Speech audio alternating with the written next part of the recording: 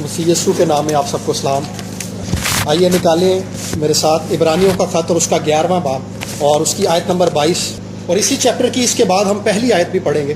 ایمان ہی سے یوسف نے جب وہ مرنے کے قریب تھا بنی اسرائیل کے خروج کا ذکر کیا اور اپنی ہڈیوں کی بابت حکم دیا۔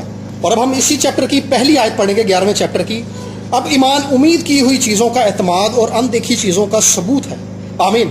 یوسف ابھی مرنے کے قریب ہے اور اس نے اپنے سارے خاندان کو اور بنی اسرائیل کے سارے گھرانے کو جمع کیا، اور بڑی خاص بات جو اس نے بنی اسرائیل کے سارے گھرانے سے کی ہے، اس نے اسرائیل کے خروج کا ذکر کیا ہے کہ بنی اسرائیل جو ہے مصر سے نکل کر ملک کنعان میں جا کر واپس بسے گی۔ اور اسرائیل کی تاریخ کا سب سے اہم اور سب سے خاص واقعہ ہی یہ ہے کہ وہ لوگ مصر سے نکل کر ملک موعود میں جا کر بسے ہیں۔ اور دوسری بات اس نے یہ کہی ہے جو اس بات کی دلیل ہے کہ اس کا ایمان کس قدر پختہ ہے اور یہ اپنے ایمان کی منزل کو کس قدر واضح دیکھ سکتا ہے۔ یہ کہتا ہے کہ جب میں مر جاؤں گا تو میری ہڈیوں کو ملک کنعان میں جا کر دفنانا۔ جب میں مر جاؤں گا تو یہاں میری ہڈیاں دفن ہو جائیں گی، لیکن جب تم مصر سے خروج کرو، مصر سے نکل کر جاؤ، تو میری ہڈیوں کو بھی ساتھ لے جا کر ملک موعود میں دفن کر دینا۔ کیونکہ اسے اس بات کا یقین ہے، اس نے اس بات کا اعتماد کر لیا ہے، اس نے اس بات کا یقین کر لیا ہے کہ خدا ان کو اس ملک سے نکال کر ملک موعود میں لے کر جائے گا۔ اس بات نے مجھے بہت حیران کیا جو بات ہم نے ابھی پڑھی ہے پہلی آیت کے اندر، کہ ایمان امید کی ہوئی چیزوں کا اعتقاد ہے اور اندیکھی چیزوں کا ثبوت ہے۔ یعنی اس کے پاس یہ ثبوت ہے، اس کے پاس یہ یقین ہے، اس کے پاس یہ یقین دہانی ہے کہ خدا اس ملک سے نکال کر اس ملک کے اندر واپس بسائے گا جس کا وعدہ اس کے باپ ابراہیم کے ساتھ، اسحاق کے ساتھ اور یعقوب کے ساتھ خدا نے کیا تھا۔ آج مسیح کے ساتھ چلتے ہوئے ہمیں جس چیز کا سب سے زیادہ سامنا ہوتا ہے وہ یہ ہے کہ ہم اپنی منزل کو ٹھیک طرح سے دیکھ نہیں پاتے۔ خاندان میں رہتے ہوئے ہمیں یہ نہیں پتا کہ خاندان کو ہم نے کس طرح سے آگے لے کر بڑھنا ہے۔ ہماری خاندانی لیڈرشپ کے اندر ہماری ذمہ داری کیا ہے، ہم نے اپنے خاندان کو کس سمت میں آگے لے کر بڑھنا ہے۔ پاسبان ہوتے ہوئے، خدمت کرتے ہوئے ہمیں یہ نہیں پتا کہ ہم نے اپنی خدمت کو کس رخ میں آگے لے کر بڑھنا ہے۔ لیکن یوسف اس ساری بات سے واقف ہے۔ سوال یہ ہے آخر وہ کیا بات ہے کہ یوسف اپنی اس منزل کو، خدا کے اس وعدے کو اس قدر واضح دیکھتا ہے کہ وہ اپنی اولاد کو حکم دے کر جا رہا ہے کہ جب میں مر جاؤں گا تو میری ہڈیوں کو بھی ملک موعود میں لے کر جانا، کیونکہ خدا نے وعدہ کیا ہے کہ وہ ملک تمہارا ہے اور آگے تمہاری اولاد کا ہے۔ کس قدر اس کا یہ یقین ہے۔ یوسف کی لائف جو ہے اصل میں ساری لائف اس بات کا ثبوت ہے کہ کس طور سے خدا نے اس کی لائف پر کام کیا ہے۔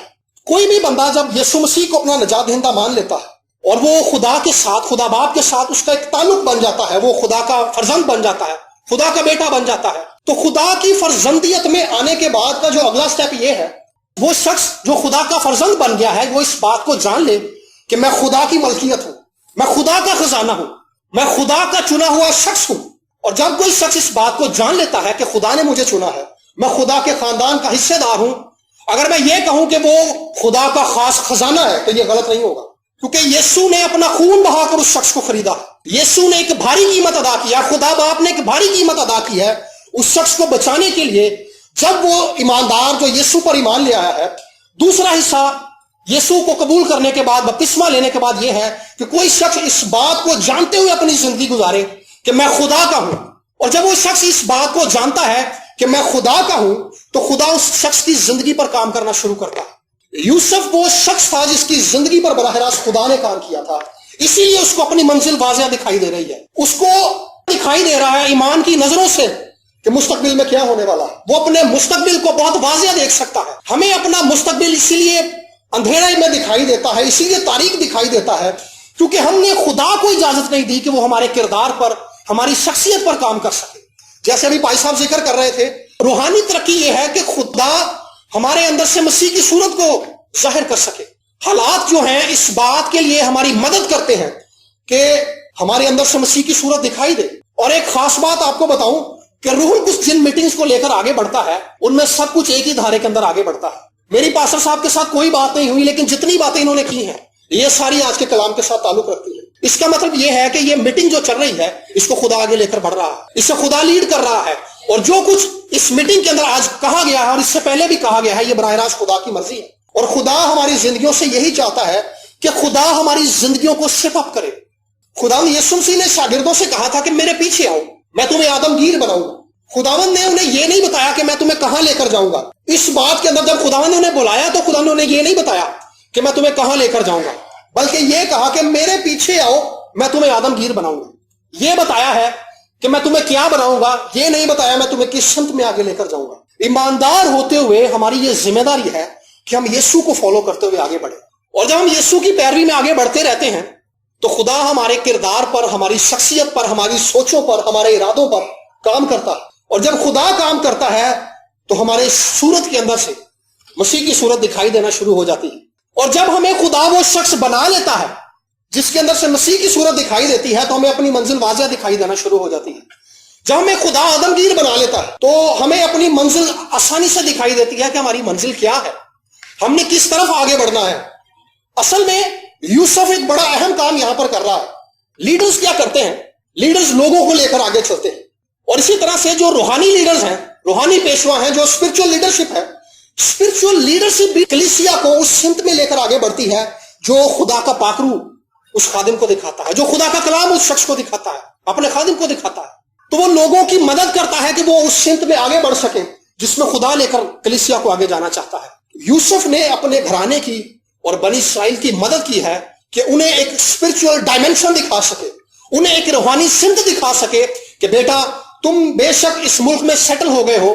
پیدائش کی کتاب میں لکھا ہے کہ انہوں نے مصر کے اندر اپنی جائیدادیں بنا لی تھی، وہ سیٹل ہو گئے تھے وہاں پر. جب بندہ سیٹل ہو جاتا ہے تو وہ اس بات کے ساتھ دل لگا لیتا ہے کہ میرا ملک بھی یہی ہے، میں یہی رہوں گا کیونکہ میں یہاں پہ خوشحال ہو گیا ہوں. لیکن یوسف انہیں یہ بات باور کرا رہا ہے کہ یہ ملک تمہارا نہیں ہے، وہ ملک جس کا وعدہ خدا نے باپ دادا کے ساتھ کیا تھا، تمہیں اس ملک کے اندر جانا ہے. وہ یہ بات کہہ کر انہیں روحانی طور پر اس بات کی آگہی دے رہا ہے کہ تم نے اپنا دل مصر میں نہیں لگانا. مصر میں بے شک تم سیٹل ہو گئے ہو، مصر میں بے شک خدا نے تمہیں سرفرازی بخش دی ہے، مصر میں بے شک میں دوسرے درجے کا حاکم بن گیا ہوں، لیکن تمہیں اپنا دل ملک موت کے ساتھ لگانا ہے جس کا وعدہ خدا نے کیا. ایماندار ہوتے ہوئے بے شک ہم اس زمین پر اور یہاں پر جیسی بھی زندگی گزار رہے ہیں، میرے عزیزو، ہم نے اپنا دل اس زمین پر نہیں لگانا، ہم نے اپنا دل آسمانی یروشلم کی طرف لگانا، آسمانی صیون کی طرف لگانا ہے، کیونکہ وہ خدا نے ہمارے لیے وعدہ کر رکھا ہے. خدا ہمیں ہمارے حالات کے ذریعہ سے ان بوجھوں، ان پریشرز اور ان پریشانیوں کے وسیلہ سے روز بروز تیار کرتا ہے تاکہ دنیا ہمیں فرق کر سکے کہ یہ خدا کے لوگ ہیں اور یہ واقعی غیر قوم لوگ ہیں.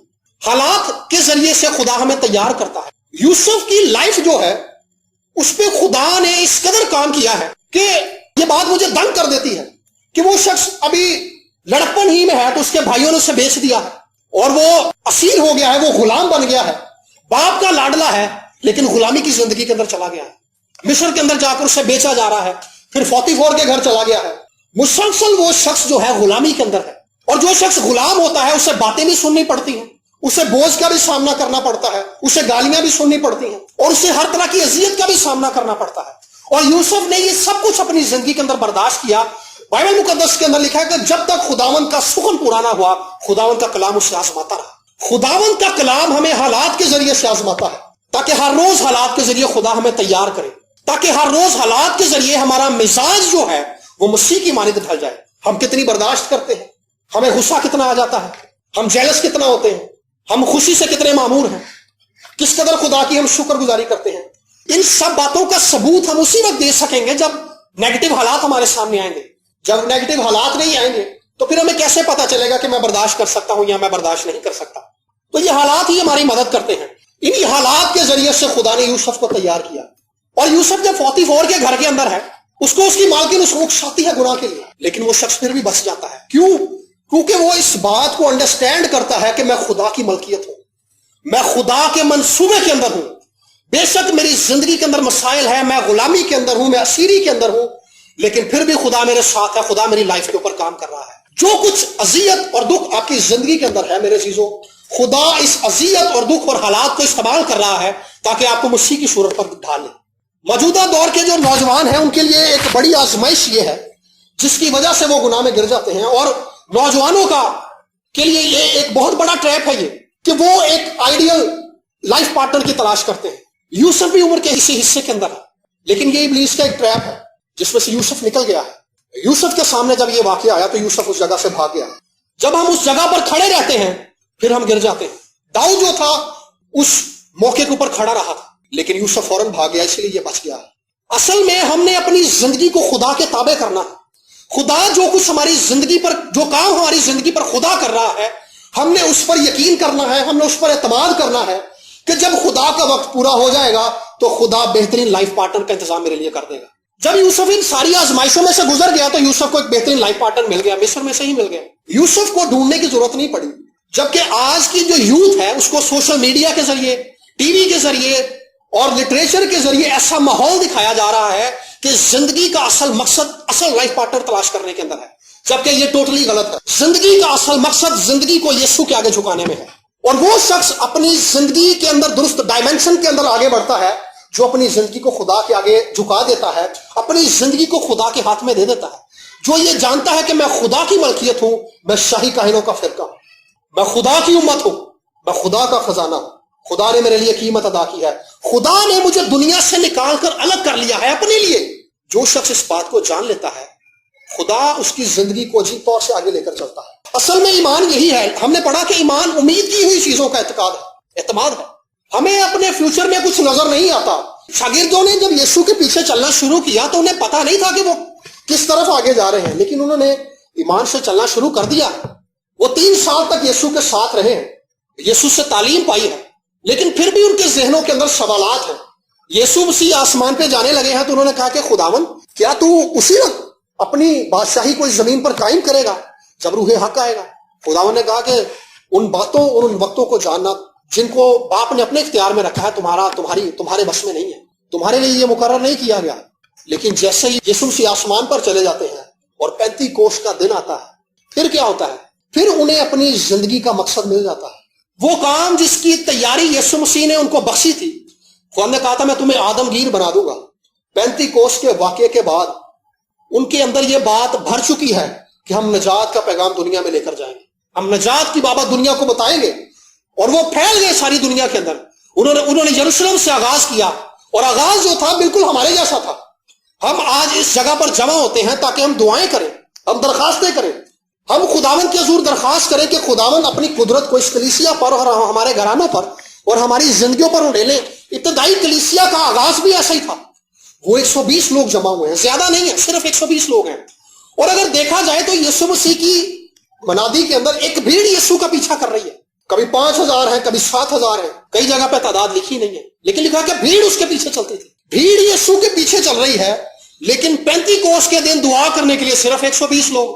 ہم بھی یہاں پر تھوڑے ہیں، لیکن باپ اپنے وعدے کو ہمارے لیے بھی پورا کرے گا، کیونکہ ہم باپ کے وعدے کے پورا ہونے کے منتظر ہیں۔ اور اسی وعدے کے پورا ہونے کے بعد ہی رسولوں کو اپنی جو روحانی سمت تھی وہ دکھائی دینا شروع ہو گئی تھی۔ بعض اوقات ہم سوچتے ہیں کہ یار خدا میری لائف کو کس سمت میں آگے لے کر جا رہا ہے، ہم پریشان ہو جاتے ہیں کہ یار میرا مستقبل مجھے کچھ دکھائی نہیں دے رہا، میرے پاس تو نوکری بھی نہیں ہے، میرے تو بچے بھی کام نہیں کرتے، مجھے تو ڈاکٹروں نے بھی جواب دے دیا ہے، کیا ہوگا؟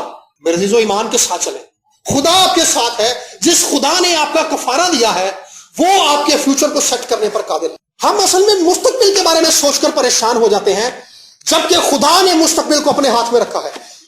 جب یہ مستقبل خدا کے ہاتھ میں ہے تو ہمارے اندر اس بات کا یقین ہونا چاہیے کہ ہمارے ساتھ جو کچھ خدا کرے گا وہ ہماری بھلائی کے لیے ہوگا، اس میں ہماری خوشی ہوگی، اس میں خدا کا منصوبہ پورا ہوگا، اس میں خدا اپنے جلال کو ہماری زندگی کے اندر ظاہر کرے گا۔ اصل میں یہی ایمان ہے، اور یوسف جو ہے اپنی زندگی کے اندر اس بات کا یقین کر چکا ہے کہ خدا میرے ساتھ ہے اور خدا میری زندگی کو لے کر آگے بڑھ رہا ہے۔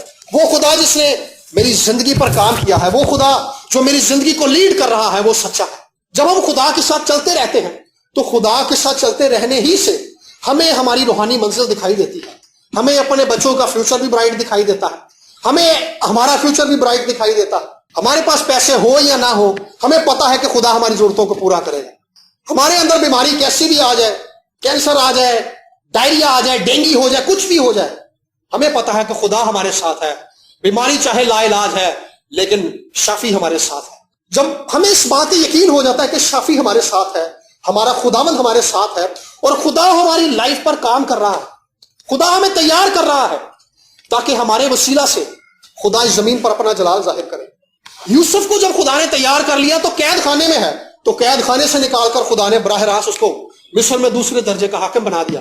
اور ایک حیران کن بات یہ ہے کہ ایک شخص جو ہے اس نے اپنی عمر کا ایک بڑا حصہ قید کے اندر گزارا ہے، لیکن اس شخص کے اندر اتنی حکمت ہے کہ وہ پورے ملک کا نظام سنبھال رہا ہے، پورے ملک کا وزیر خوراک بھی ہے وہ، پورے ملک کا وزیر خزانہ بھی ہے وہ، اور پورے ملک کا چیف سیکرٹری بھی ہے وہ، فرعون کے بعد دوسرے درجے کا حاکم ہے وہ، پورے ملک کی جو ایڈمنسٹریشن ہے وہ ساری یوسف سنبھال رہا ہے۔ اتنی حکمت، اتنی صلاحیت اس کے اندر کیسی آئی؟ کیونکہ اس شخص نے خدا کو اجازت دی تھی کہ خدا میری ذات کے اوپر کام کرے، خدا میری سوچوں کو تبدیل کرے، خدا میرے ارادوں کو تبدیل کرے، خدا میرے رویوں کو تبدیل کرے، اور خدا میری پرسنالٹی کو تیار کرے تاکہ وہ شخص دنیا کے لیے باعث برکت ہو سکے۔ پوری دنیا کے اندر کال پڑ گیا ہے، لیکن یوسف کیونکہ بابرکت شخص ہے، اس شخص پر خدا نے کام کیا ہے، خدا نے اس کو سرفراز کیا ہے تاکہ کال کے دنوں کے اندر اس ارد گرد کے ملک کے اندر اور مصر کے اندر لوگوں کو خوراک پہنچا سکے۔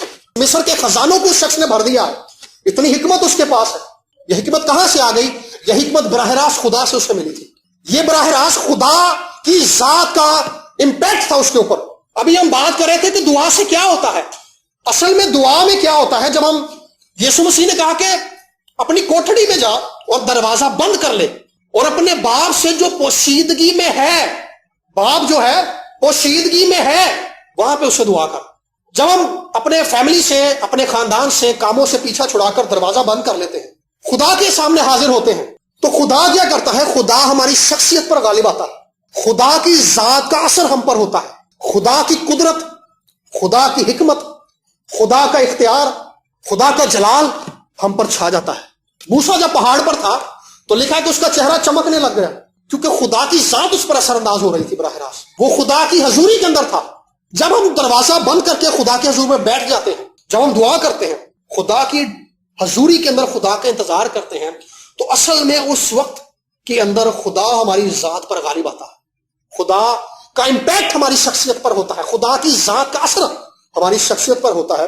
یوسف اسی لیے دوسرے لوگوں سے منفرد تھا کیونکہ یوسف کے اوپر براہ راست خدا کی ذات کا اثر موجود تھا، اس کے اوپر خدا نے کام کیا ہوا تھا۔ اور یہی وجہ ہے کہ اب وہ شخص جب مرنے کے قریب ہے تو وہ ایمان سے اپنی منزل کو واضح دیکھ سکتا ہے، اور وہ اپنی اولاد کو حکم دیتا ہے کہ جب میں مر جاؤں بیٹا تو مجھے دفنا دینا، لیکن جب ملک موعود کے اندر جاؤ، وعدے کی سرزمین میں جاؤ، ملک کنعان میں جاؤ، تو میری ہڈیوں کو وہاں پہ جا کر دفنانا، کیونکہ خدا تمہیں وہاں پر ضرور لے کر جائے گا۔ رائنہارڈ بونکی کہتا ہے کہ جب میں نے خدمت کا آغاز کیا افریقہ کے اندر تو خدا نے مجھے افریقہ کا نقشہ دکھایا، اور وہ افریقہ کا نقشہ جو تھا یسوع کے خون سے دھل رہا تھا، اسے اپنی خدمت کی واضح ڈائمنشن دکھائی گئی، واضح سمت دکھائی گئی۔ کیوں؟ کیونکہ وہ خدا کے ساتھ رفاقت کے اندر تھا۔ بخت سنگھ کے ساتھ بھی اسی طرح سے ہوا۔ وہ کہتا ہے کہ میں ہندوستان کے اندر آ گیا، دعا کر رہا تھا، تو میں نے ہندوستان کا یعنی برِ صغیر پاک و ہند کا، پاکستان اور انڈیا اور بنگلہ دیش تب ایک ہی ملک تھا، تو کہتا ہے کہ میں نے پورے ہندوستان کا برِ صغیر پاک و ہند کا نقشہ دیکھا، اور یسوع کی صلیب اس پر لگی ہوئی تھی، اور یسوع کے خون سے برِ صغیر پاک و ہند دھل رہا تھا۔ ان لوگوں کو اپنی روحانی سمت اور اپنی روحانی منزل اسی لیے اتنی واضح دکھائی دی کیونکہ یہ خدا کے ساتھ چل رہے ہیں۔ خدا نے ان لوگوں کی شخصیت پر کام کیا ہے، خدا نے ان لوگوں کی ذات پر کام کیا ہے، خدا آپ میں سے ہر ایک کی ذات پر کام کر رہا ہے۔ جو کچھ آپ سب کی لائف کے اندر میرے عزیزوں ہو رہا ہے، یہ حادثاتی نہیں ہے، یہ خدا کے کامل منصوبے کے مطابق ہو رہا ہے تاکہ آپ کو خدا یوسف کی طرح تیار کر سکے اور آپ کا مزاج مسیح کی مانند ڈھل جائے، اور لوگ آپ کو دیکھ کر کہیں کہ یہ واقعی خدا کا فرزند ہے، یہ واقعی خدا کا خادم ہے، یہ واقعی یسوع کے خون سے دھلا ہوا ہے۔ اور جب آپ یسوع کے ساتھ چلتے رہیں گے، یسوع کے ساتھ چلتے رہنے ہی سے آپ کو اپنی منزل واضح دکھائی دینا شروع ہو۔ اصل میں جب ہم یسوع سے دور ہوتے ہیں تو ہماری منزل بھی اوجھل ہو جاتی ہے۔ جن لوگوں کو اپنی منزل دکھائی نہیں دے رہی، وہ اپنی جگہ کو دیکھ سکتے ہیں آسانی سے کہ ہم کہاں کھڑے ہیں، اس کا مطلب ہے وہ درست جگہ پر نہیں ہے۔ جن کو اپنی منزل دکھائی نہیں دے رہی، پولوس کہتا ہے ابھی تو دھندلا سا دکھائی دیتا ہے، پولوس کو بھی دکھائی دیتا تھا، وہ کہتا ہے میں نشان کی طرف دوڑا چلا جاتا ہوں۔ اپنی منزل انہیں دکھائی دے رہی ہے۔ ایماندار ہوتے ہوئے ہمیں اپنی اسپرچول ڈائمنشن، اپنی روحانی منزل دکھائی دینی چاہیے، اور یہ منزل ہمیں مسیح کے ساتھ چلتے رہتے ہی دکھائی دے گی۔ آئیں آنکھوں کو بند کریں گے، جیسے یوسف نے اپنی اولاد کو یہ نصیحت کی کہ جب میں مر جاؤں تو میری ہڈیوں کو ملک موعود میں جا کر دفنانا، خدا تمہیں اس ملک سے نکال کر لے جائے گا۔ میرے عزیزو، ہم نے اس بات کا یقین کرنا ہے کہ خدا ہمیں ملک موعود میں لے کر جائے گا۔ یسوع کے وسیلے سے خدا ہمیں آسمانی یروشلم کے اندر داخل کرے گا، اور جتنے دن ہمارے اس زمین پر ہیں، جتنے دن ہم اس زمین پر زندہ رہیں گے، خدا اس زمین پر بھی ہمیں سنبھالے رکھے گا، اور اپنی برکت سے ہمیں سنوارے گا، ہمیں بنائے گا،